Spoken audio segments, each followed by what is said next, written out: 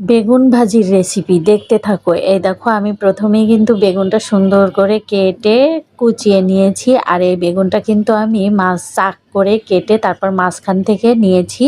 আর বাকিটা কিন্তু আমি রেখে দিয়েছি, ওটা দিয়েই আমি আজকে বেগুনটা ভাজি করব। আর দেখো প্রথমেই আমি কিন্তু চালের গুঁড়ো দিয়ে দিলাম, তারপরে দিয়ে দিয়েছি পেঁয়াজ কুচি, কাঁচামরিচ কুচি, লবণ, তারপরে আদা রসুন পেস্ট, জিরার ফাঁকি, হলুদের গুঁড়ো, মরিচের গুঁড়ো, ধনের গুঁড়ো, এগুলো দিয়ে ভালোভাবে মেখে নেব। একটা ডিম ভেঙে দিয়ে দিচ্ছি, দিয়ে এটা সুন্দর করে মেখে তারপরে কিন্তু আমি বেগুন ভাজতে চলে যাচ্ছি। এখনই আমি বেগুনটা কড়াইতে দিয়ে দিচ্ছি। এই দেখো কত সুন্দর করে ওই যে মেখে রেখেছিলাম বেগুনটা, ওটাই কিন্তু আমি এই বেগুন চাকের মধ্যে দিয়ে দিচ্ছি। আর এই চাকের ভিতর থেকেই কিন্তু আমি কুড়িয়ে নিয়ে কিন্তু বেগুনটা মাখিয়ে নিয়েছিলাম।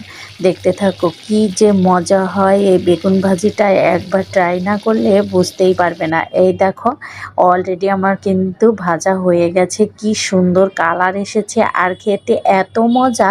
তোমরা কিন্তু এটা বিকালের স্ন্যাক্স হিসাবেও খেতে পারো, টমেটো সস সাথে থাকলেই হয়ে যাবে। এত টেস্ট লাগে, যেমন ভাত দিয়ে খেতে, তোমরা পরোটা রুটি যেটা দিয়ে খেতে ইচ্ছা করে সেটা দিয়েই খেতে পারবে। সাথে একটা শুকনো মরিচ ডলে নেবে, দেখবা ভীষণ ফ্লেভার আসছে আর খেতে কিন্তু ভীষণ মজা লাগে। একবার হলেও ট্রাই করবে। সবাই ভালো থাকবে, আল্লাহ হাফেজ।